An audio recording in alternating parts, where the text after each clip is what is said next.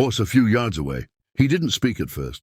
His eyes moved from the fence to the ropes, to the girl barely holding herself upright.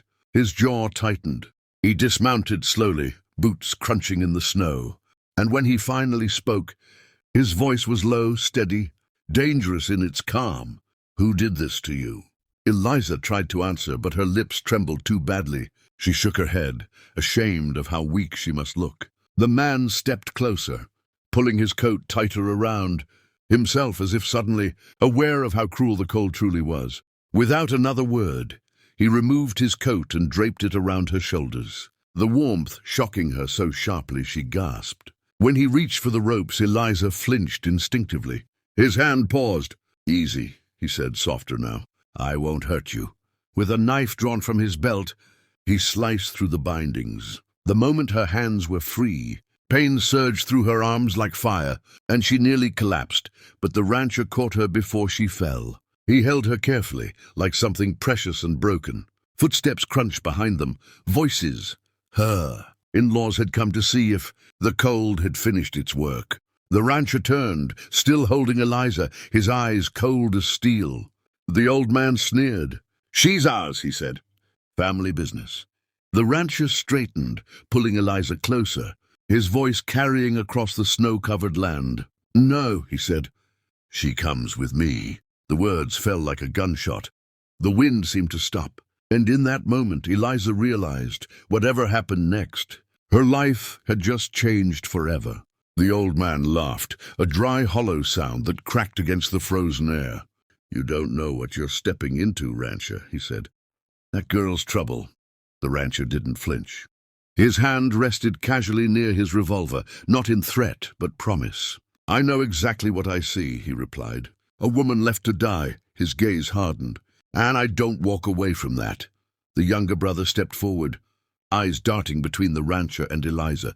"She belongs here," he insisted weakly. The rancher's response was simple. "Not anymore." He helped Eliza onto his horse, wrapping her in blankets from his saddle. When he mounted behind her, the message was clear. There would be no negotiation. The ride was long, but Eliza barely felt it. The warmth, the steady rhythm of the horse, the solid presence behind her, it all felt unreal. She expected the rancher to ask questions, to demand explanations. He did neither. When they reached his ranch, a wide spread bordered by wind-worn pines and sturdy fencing, he carried her inside like she weighed nothing at all. The fire was already burning, the house warm and quiet. He set her down gently and brought water, food, dry clothes. Only then did he finally speak. "My name's Thomas Hale," he said. "You're safe here." The words broke something inside her.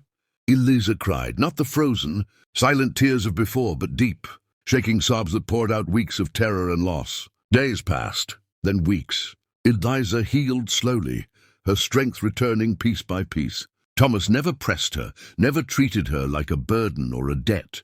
She learned he was a widower, too, his wife lost to illness years before. He understood silence, understood grief, and somewhere between shared meals and quiet mornings, watching the frost lift from the fields, something gentle began to grow between them. But peace never comes without cost. One night, shadows moved beyond the fence. Voices whispered threats carried by the wind. Her in-laws had not forgotten.